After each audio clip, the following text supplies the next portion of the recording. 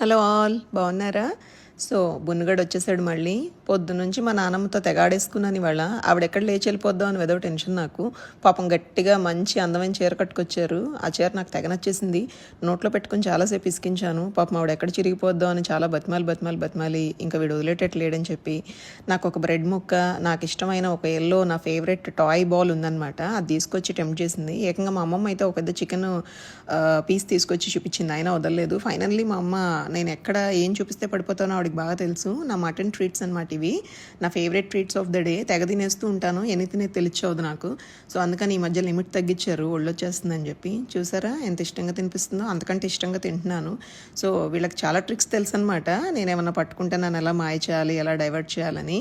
So మీరు అలాగే మాయ అయిపోతున్నారో ఏమో మీ మమ్మీ వాళ్ళతోటి. జాగ్రత్త ఫ్రెండ్స్, జాగ్రత్తగా ఉండండి.